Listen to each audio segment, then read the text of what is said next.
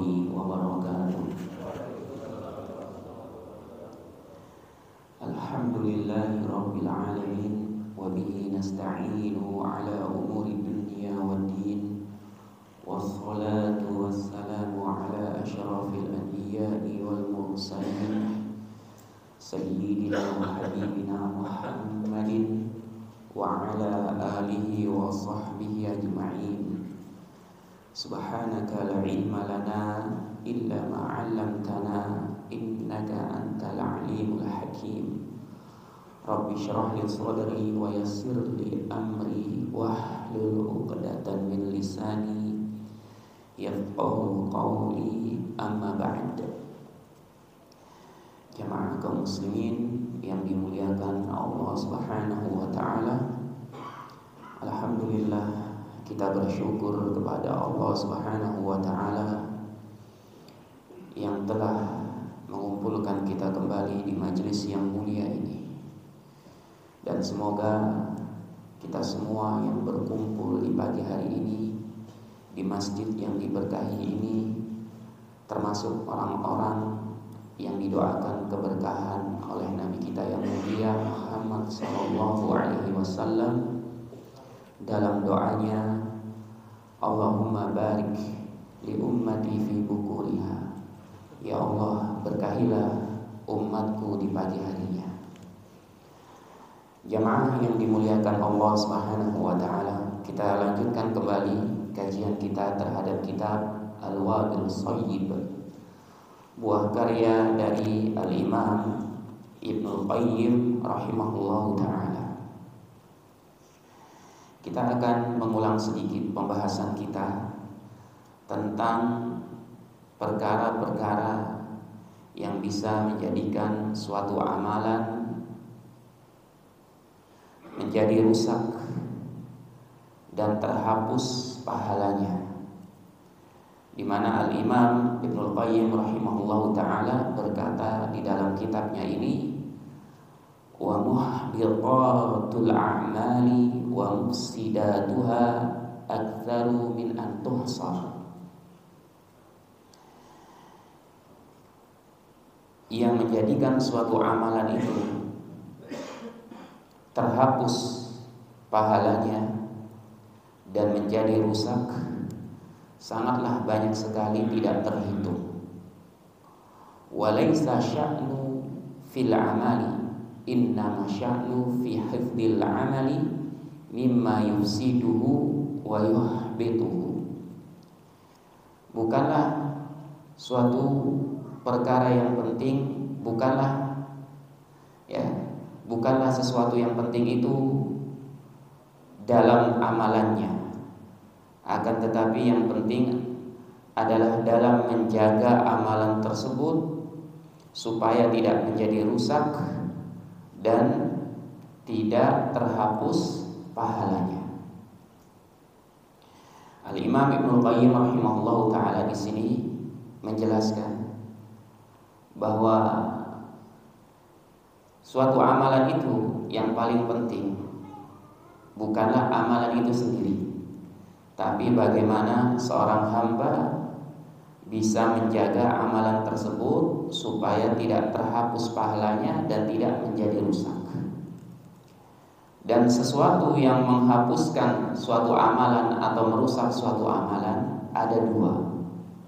Yang pertama berkaitan dengan zatul amali, berkaitan dengan zat suatu amalan tersebut. Berkaitan dengan apa? Zat suatu amalan tersebut. Seperti sholat tanpa berwudu, maka sholat tersebut akan menjadi rusak, ya. Sebagaimana Nabi SAW bersabda, Innallaha la yaqbalu sholata ahadikum hatta yatawadda. Sesungguhnya Allah Subhanahu wa taala tidak menerima salat di antara kalian sampai berwudu. Dan salatnya ini menjadi rusak, tidak sah, dan harus diulangi. Diulangi salatnya. Kemudian juga seperti orang yang terlewatkan dari rukun-rukun ibadah. Terlewatkan dari rukun ibadah. Misalkan orang melakukan ibadah umrah, tapi dia tidak melaksanakan sa'i di Safa dan Marwah. Setelah tawaf, dia pun langsung keluar bertahallul. Maka ini pun juga tidak sah, karena sa'i termasuk dari rukun umrah yang apabila ditinggalkan menjadikan ibadahnya menjadi rusak dan harus diulangi kembali. Kemudian yang menghapuskan suatu amalan yang kedua adalah berkaitan dengan thawabul amal. Berkaitan dengan apa? Pahala amalan tersebut. Berkaitan dengan pahala amalan tersebut. Seperti apa contohnya? Seperti riya. Seperti riya. Maka ini akan menghapuskan suatu amalan, meskipun terkadang amalan tersebut tetap sah, sehingga tidak perlu untuk diulangi kembali. Seperti orang yang apa? Orang yang sholat, dia sudah melaksanakan syarat-syaratnya dan rukun-rukunnya, akan tetapi dalam sholatnya dibarengi dengan riya. Sholatnya tetap sah, namun ia tidak mendapatkan pahala dari amalan tersebut karena telah melakukan sesuatu yang menghapuskan pahalanya, yaitu riya. Yaitu apa? Riya. Dan penghapus amalan yang berkaitan dengan pahala suatu amalan, berkaitan dengan suatu pahala, berkaitan dengan pahala suatu amalan, maka ini juga ada dua. Ada yang bersifat umum, ada yang bersifat apa? Khusus. Yang bersifat umum adalah seluruh perbuatan maksiat. Seluruh perbuatan maksiat itu akan apa? Menghapuskan suatu amalan. Menghapuskan suatu amalan. Ada yang bersifat khusus. Yang bersifat khusus ini kata para ulama ditafsir, ada perinciannya. Ada perinciannya. Yang bersifat umum, setiap maksiat. Setiap apa? Maksiat. Baik maksiat itu merupakan maksiat yang berbau kesyirikan terutama, maka ini akan menghapuskan seluruh amalan seorang hamba. Sebagaimana Allah Subhanahu wa taala berfirman, "La in asyrakta la yahbatanna amaluk." Jika engkau menyekutukan Allah Subhanahu wa taala, maka sungguh amalanmu akan terhapus. Maksudnya apa? Pahala-pahala dari amalannya akan terhapus. Pahala-pahala dari amalannya akan terhapus. Kemudian ada yang secara apa? Secara khusus. Ada yang secara khusus. Demikian juga maksiat yang akan menghapuskan pahala suatu amalan secara umum seperti apa? Seperti meninggikan suara. Meninggikan suara di hadapan Nabi Sallallahu Alaihi Wasallam, sebagaimana hal ini nanti akan dijelaskan oleh Al-Imam Ibnu Qayyim rahimahullahu taala.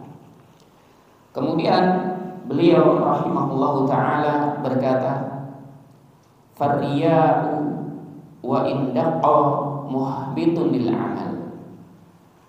Riya meskipun sedikit akan menghapuskan pahala suatu amalan. Riya meskipun apa? Sedikit akan menghapuskan suatu amalan. Wa huwa abwabun katsiratun la tuhsa. Dan ria ini pintu-pintunya sangatlah banyak, tidak terhitung. Tidak terhitung. Bahkan Ibnu Abbas radhiyallahu anhuma sampai-sampai pernah berkata bahwa ria ini ya lebih sulit dideteksi daripada semut hitam yang sangat kecil yang berjalan di kegelapan malam. Kenapa? Karena ria ini sangat sulit sekali untuk dikontrol oleh seorang hamba. Tidak bisa seorang hamba mengaku bahwa dirinya telah melaksanakan ibadah dengan penuh keikhlasan. Karena ikhlas ini sangat sulit sekali untuk dikerjakan. Oleh karena itulah pentingnya bagi kita berdoa kepada Allah Subhanahu wa taala, memohon agar seluruh amal ibadah yang telah kita lakukan ini diterima oleh Allah Subhanahu wa taala dan dibarengi dengan penuh keikhlasan.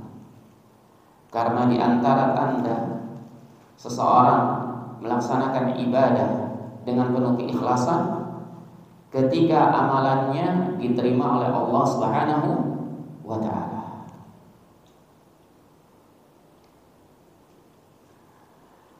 Bahkan ria ini termasuk perkara yang dikhawatirkan oleh Nabi Sallallahu Alaihi Wasallam menimpa umatnya. Nabi Sallallahu Alaihi Wasallam bersabda, "Akhwafu ma akhafu alaikum asyirkul asghar." Perkara yang paling aku khawatirkan menimpa kalian adalah syirik kecil. Adalah syirik kecil. Apa itu syirik kecil? Yaitu riya. Riya. Ya. Padahal di sini Nabi Shallallahu Alaihi Wasallam berbicara kepada para sahabatnya secara khusus dan kepada umatnya secara umum. Lawan bicara Nabi Shallallahu Alaihi Wasallam pada waktu itu adalah para sahabat, di mana mereka adalah generasi terbaik umat ini. Akan tetapi Nabi Shallallahu Alaihi Wasallam masih merasa khawatir kepada mereka tertimpa penyakit ria. Karena ria ini merupakan sesuatu yang sangat sulit untuk dikontrol, sulit untuk dideteksi oleh seorang hamba, dan dampaknya sangat besar, bisa menghapuskan pahala seorang hamba. Akan tetapi ria ini tidak seperti syirkul akbar, syirik besar, di mana syirik besar akan menghapuskan seluruh amalan seorang hamba. Salat yang pernah ia lakukan sepanjang malam, puasa yang pernah ia lakukan, haji yang pernah ia lakukan, dan ibadah-ibadah yang lainnya yang pernah ia lakukan akan terhapus begitu saja pahalanya apabila seorang hamba melakukan syirkul akbar, kesyirikan yang besar. Seperti apa?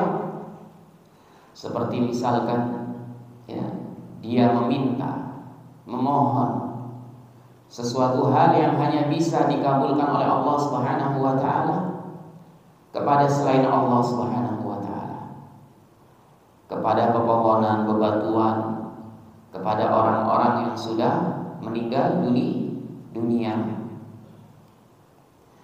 Atau seperti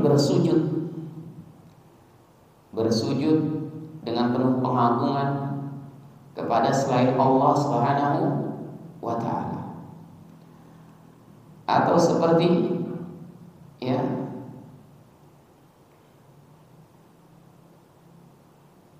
menyerahkan ibadah kepada selain Allah Subhanahu wa taala. Adapun asyirkul asghar, ria, tidak akan menghapuskan pahala seluruh ibadah atau amalan yang dilakukan oleh seorang hamba. Yang dihapuskan pahalanya hanya amalan atau ibadah yang terjangkiti penyakit ria tersebut. Dan para ulama menjelaskan panjang lebar tentang hal ini. Bagaimana jika ria itu ada di awal ibadah, Ya. Kemudian bagaimana jika riya itu ada di pertengahan ibadah, dan bagaimana jika riya tersebut ada di akhir ibadah. Jika riya tersebut ada di awal ibadah dan terus menerus sampai di akhir ibadah, maka pahala dari ibadah tersebut akan dihapuskan. Kemudian jika riya tersebut ada di pertengahan ibadah, maka di sini dijelaskan panjang lebar oleh para ulama. Intinya jika hanya ada di pertengahan ibadah, namun di awal ibadah, ya,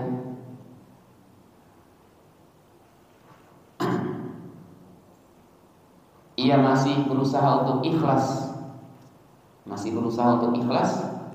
maka di sini 50-50.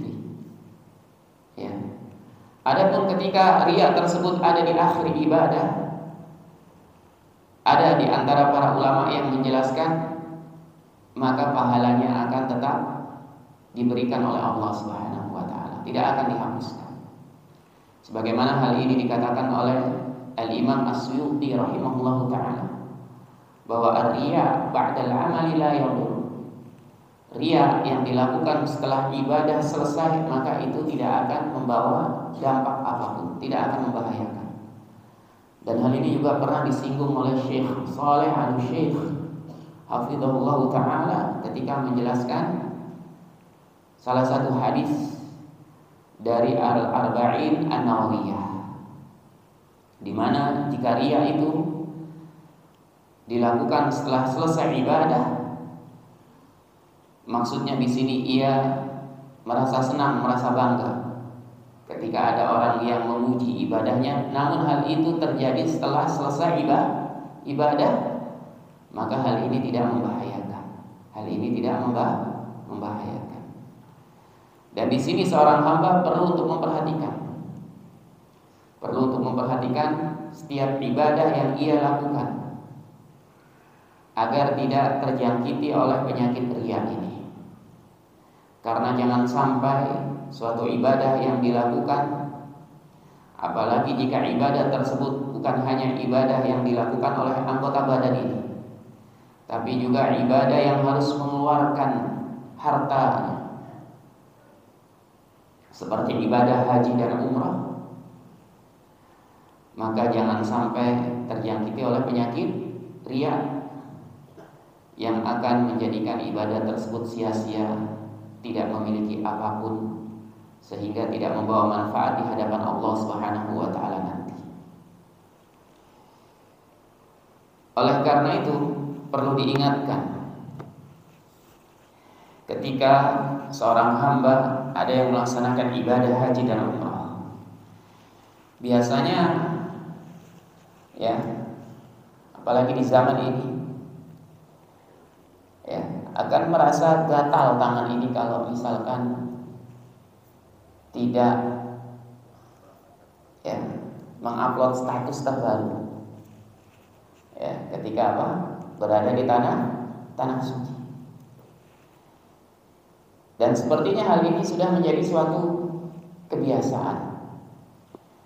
Silahkan saja, akan tetapi sebisa mungkin ketika pelaksanaan ibadah haji dan umrohnya, ya, benar-benar fokus. Ya, kalaupun ingin misalkan berfoto, maka foto itu sebisa mungkin untuk koleksi pribadinya. Karena dikhawatirkan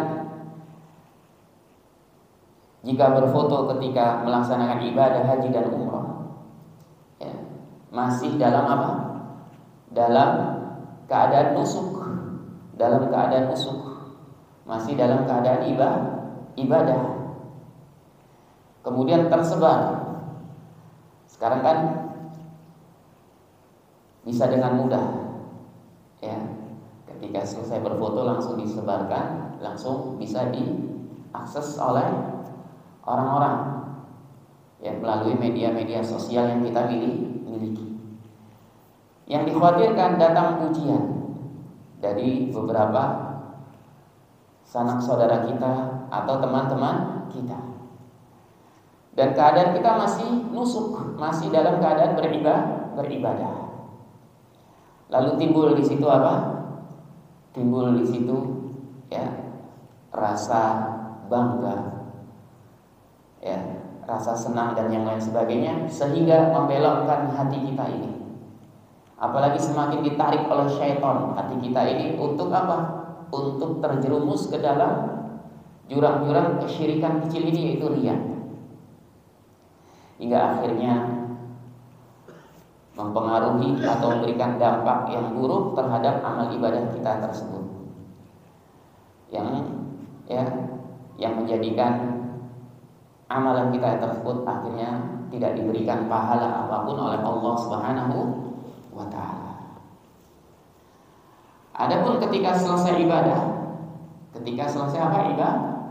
ibadah, ya, misalkan ingin berfoto kemudian ingin diupload di media sosialnya, lalu datang pujian, menurut sebagian ulama, sebagaimana yang dijelaskan oleh Al-Imam As-Suyuti rahimahullahu ta'ala, maka ini tidak membahayakan.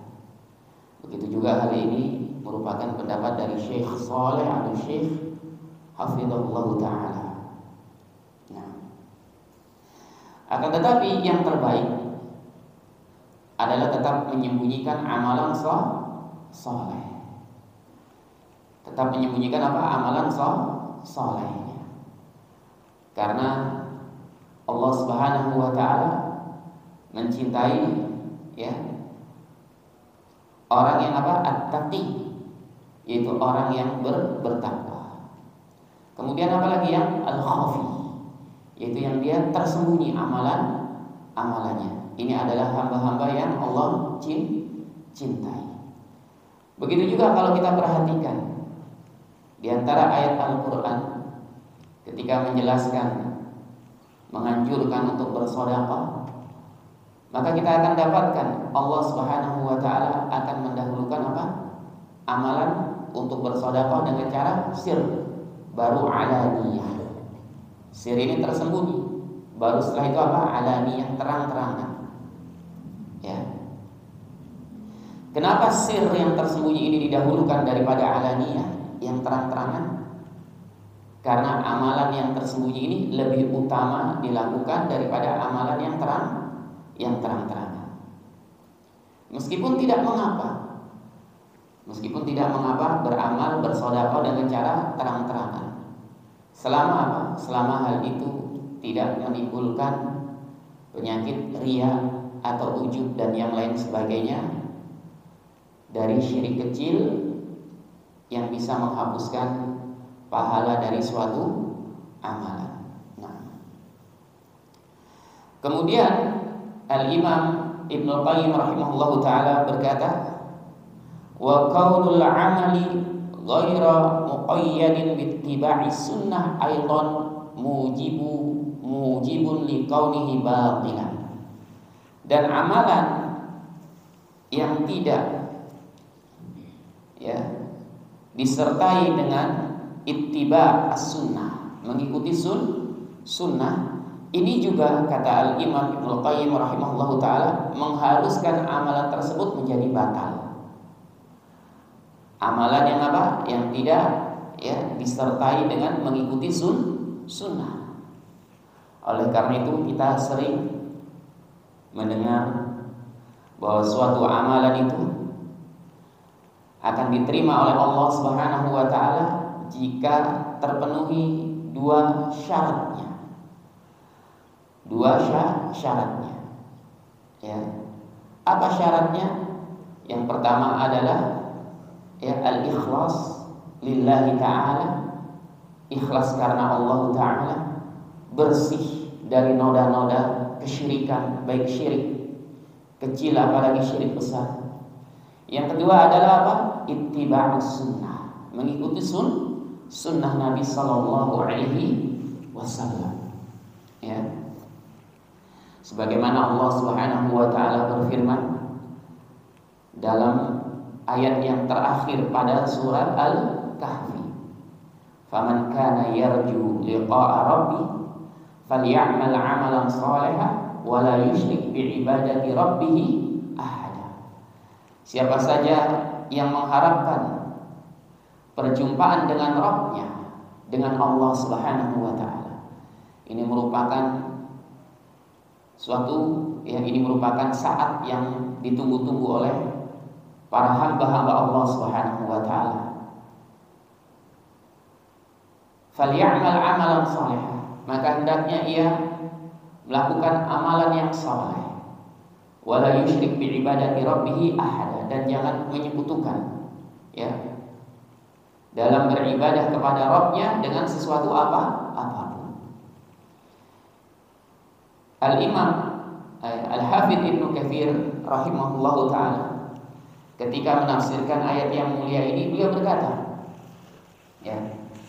falyamal 'amalan shalihan, yang dimaksud dengan firman Allah Subhanahu wa taala dalam surat Al-Kahfi pada ayat yang terakhir, falyamal 'amalan shalihan, maka hendaknya melakukan amalan yang saleh, itu makana itu amalan yang sesuai dengan syariat, sesuai dengan sunnah Nabi sallallahu alaihi wasallam. Kemudian yang dimaksud dengan firman Allah Subhanahu wa taala, wala yusyrik bi ibadati rabbih ahada, dan jangan menyekutukan dalam beribadah kepada Rabbmu, kepada Allah Subhanahu wa taala dengan sesuatu apapun.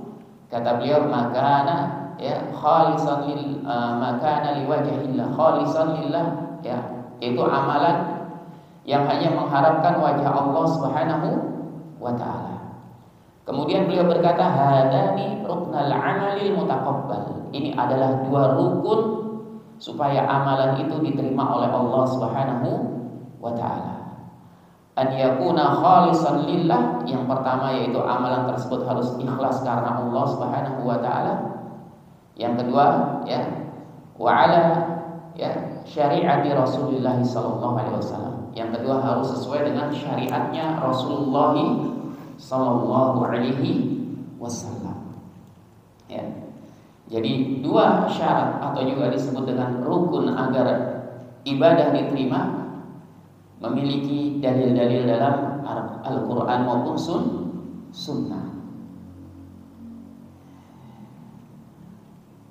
Wal mannu bihi 'ala Allah Ta'ala biqalbihi mufsidun lahu. Begitu juga al-mannu, mengungkit suatu amalan kepada Allah Subhanahu wa taala meskipun dengan hatinya. Maka ini juga akan menghapuskan suatu amalan. Dan yang dimaksud dengan al-mannu, mengungkit suatu amalan kepada Allah, dia melakukan hitung-hitungan kepada Allah Subhanahu wa taala. Kita jumpai beberapa saudara-saudara kita apabila tertimpa musibah, di antara mereka ada yang mengungkit-ungkit amalan, menghitung-hitung amalannya dengan Allah Subhanahu wa taala, kepada Allah Subhanahu wa taala. Ya Allah, padahal saya sudah sholat malam, berpuasa Senin Kemis, tapi kenapa ya Allah Engkau masih menimpakan musibah ini? Kenapa Engkau senantiasa selalu memberikan saya ujian yang tiada henti ini ya Allah? Ini adalah al-mannu bihi Allah Ta'ala, mengungkit amalan kepada Allah Subhanahu wa taala, seolah-olah ia menyesali amalan-amalan yang pernah ia kerjakan. Ya Allah, padahal saya sudah sering bersedekah.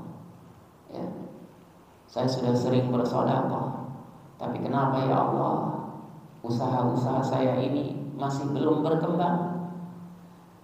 Usaha saya ini masih saja selalu mendapatkan kendala. Ya Allah, saya sudah melaksanakan ibadah ini, ibadah itu, tapi kenapa ujian ini masih terus saja saya terima? Sebelumnya saya begini mendapatkan ujian ini, sekarang kenapa masih diuji dengan anak yang sakit dan yang lain sebagainya? Ini merupakan apa? Perkara yang akan menghapuskan, merusak suatu amalan. Meskipun hal itu dilakukan di dalam hatinya. Dan memang yang seperti ini biasanya banyak dilakukan di dalam hati. Ya, dia tidak terima.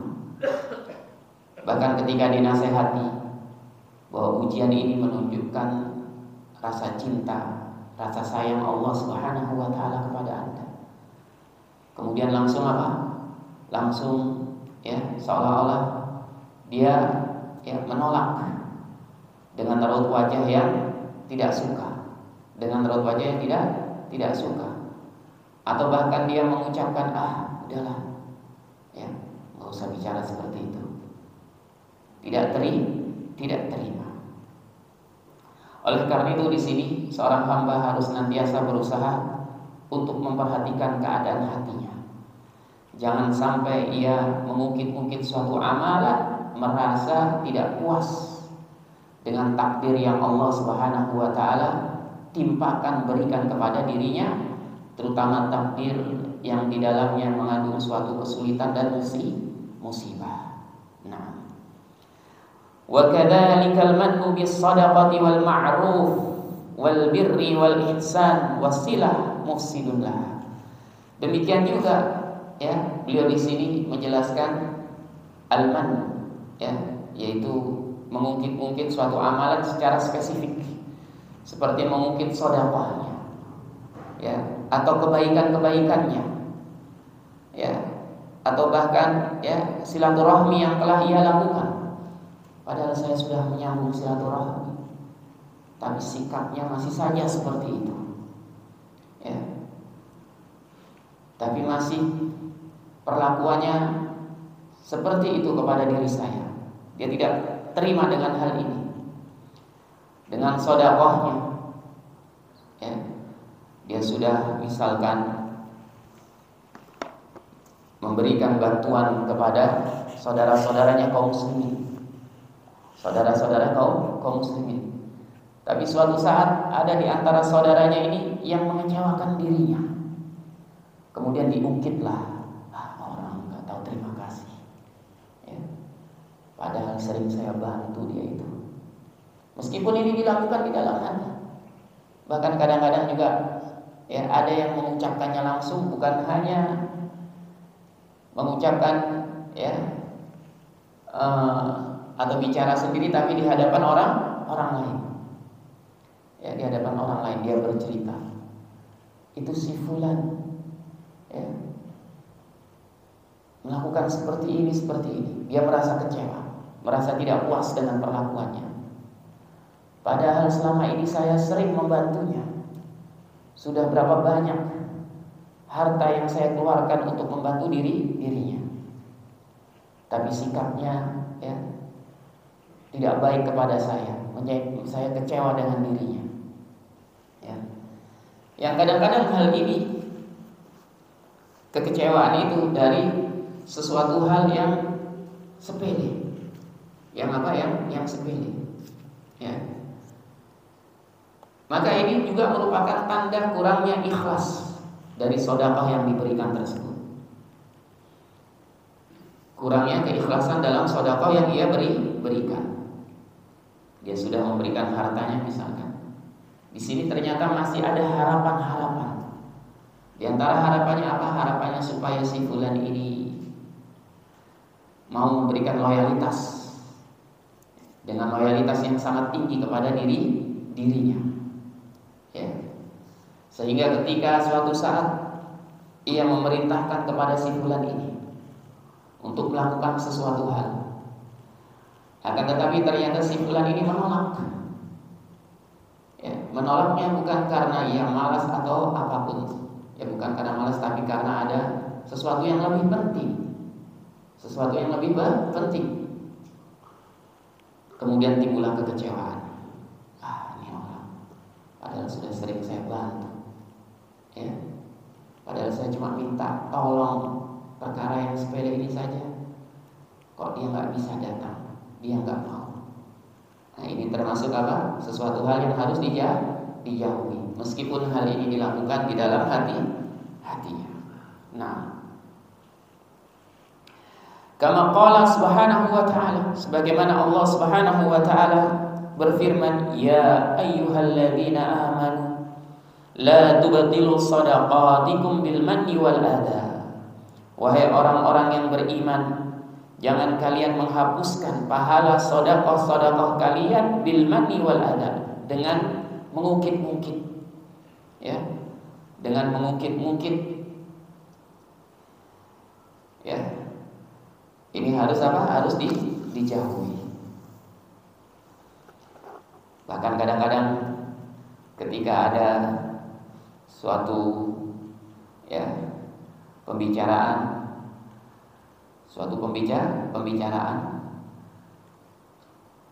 di mana lawan bicara kita memiliki permasalahan dengan seseorang.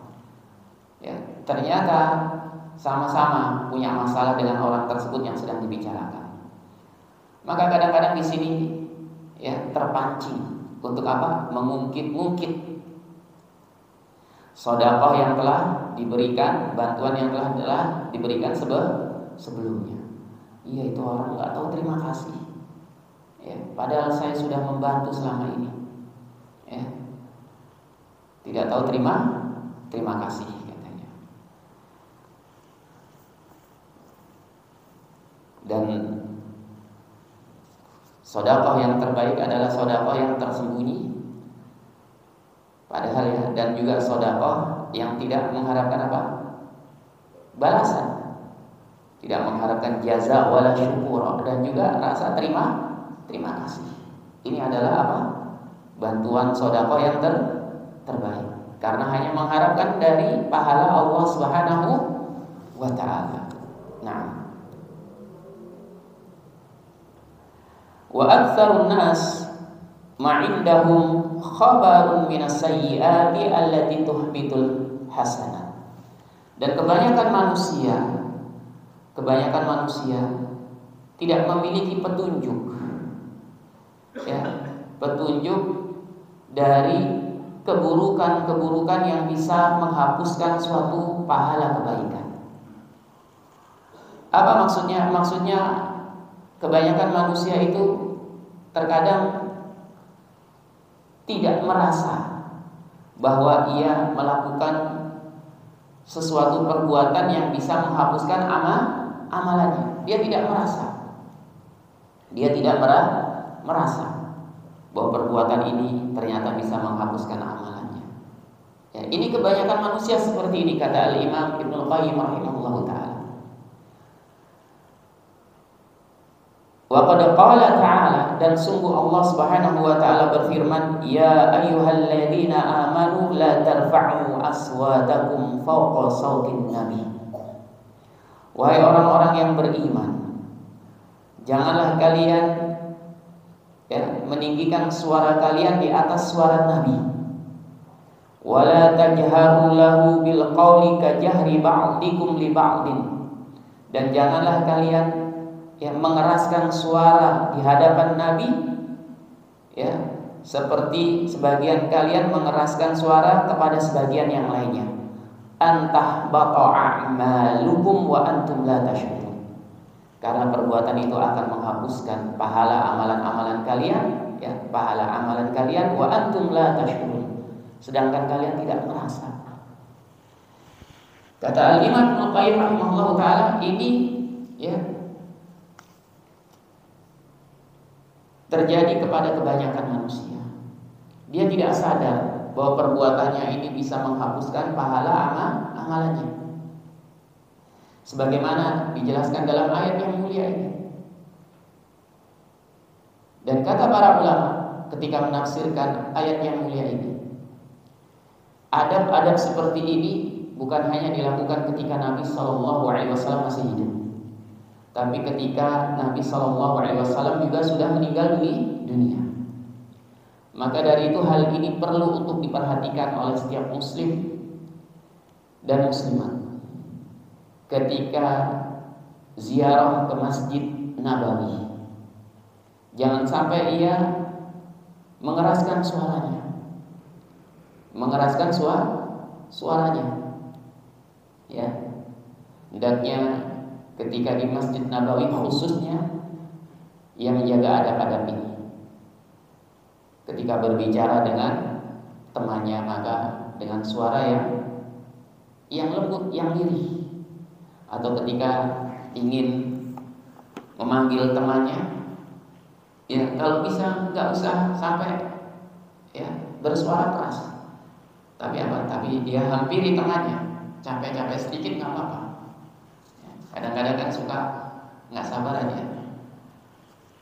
ketika temannya jauh, karena takut nanti temannya kesasar, dia wah, ya panggil itu, atau tepuk-tepuk, pak, seperti itu.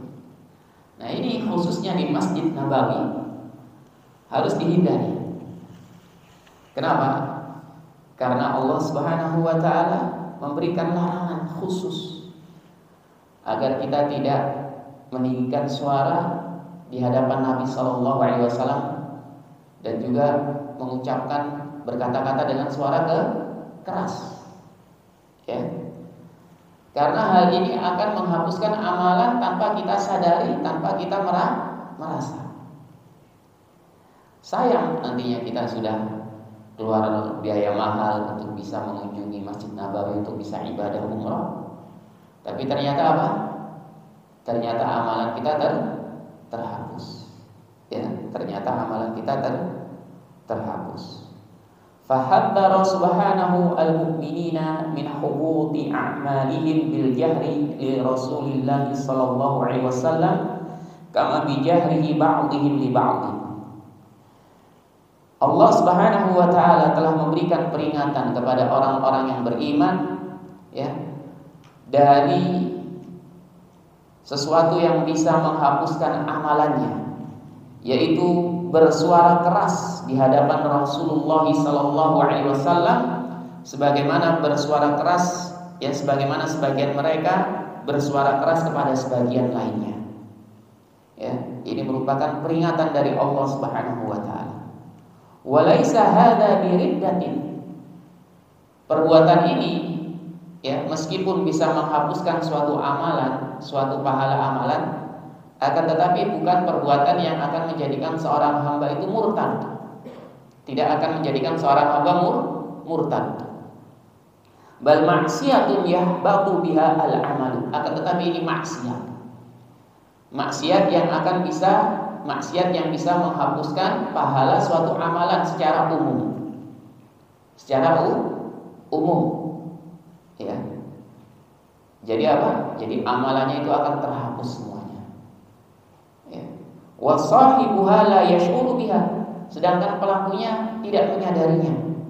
Kalau perbuatannya ini ternyata bisa menghapuskan pahala-pahala amalan soleh yang telah dilakukannya selama ini. Ya. Fama dhannu biman qaddama ala qawli Rasulillah sallallahu alaihi wasallam wa hadihi wa tariqihi qawla ghairihi wa hadiyahu wa tariqahu.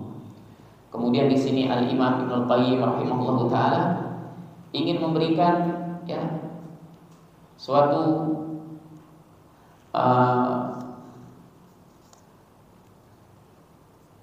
suatu kias analogi. Ya. Jadi kalau misalkan meninggikan suara di hadapan Rasulullah SAW saja ini bisa apa? Menghapuskan suatu amalan, maka kata Al-Imam Ibnu Qayyim rahimahullahu taala, bagaimana lagi kalau ada orang yang lebih mendahulukan, ya, perkataan atau perkataan selain Nabi Sallallahu Alaihi Wasallam, petunjuk selain Nabi Sallallahu Alaihi Wasallam, jalannya selain jalannya Nabi Sallallahu Alaihi Wasallam. Ya, bagaimana lagi kalau ada orang yang apa? Lebih mendahulukan, ya, lebih mendahulukan ucapan orang lain, petunjuk orang lain, jalannya orang lain daripada ucapan Nabi Sallallahu Alaihi Wasallam, petunjuknya dan jalannya Nabi Sallallahu Alaihi Wasallam. Maka tentu ini lebih bisa untuk menghapuskan pahala suatu amalan. Ya.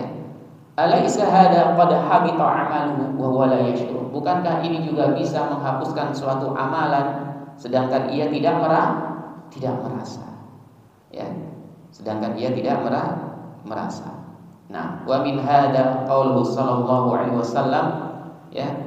Dan di antara hal ini adalah sabda Nabi sallallahu alaihi wasallam, man taraka salatal asri faqad habita amaluhu. Siapa saja yang meninggalkan salat asar, maka sungguh amalannya akan dihapus.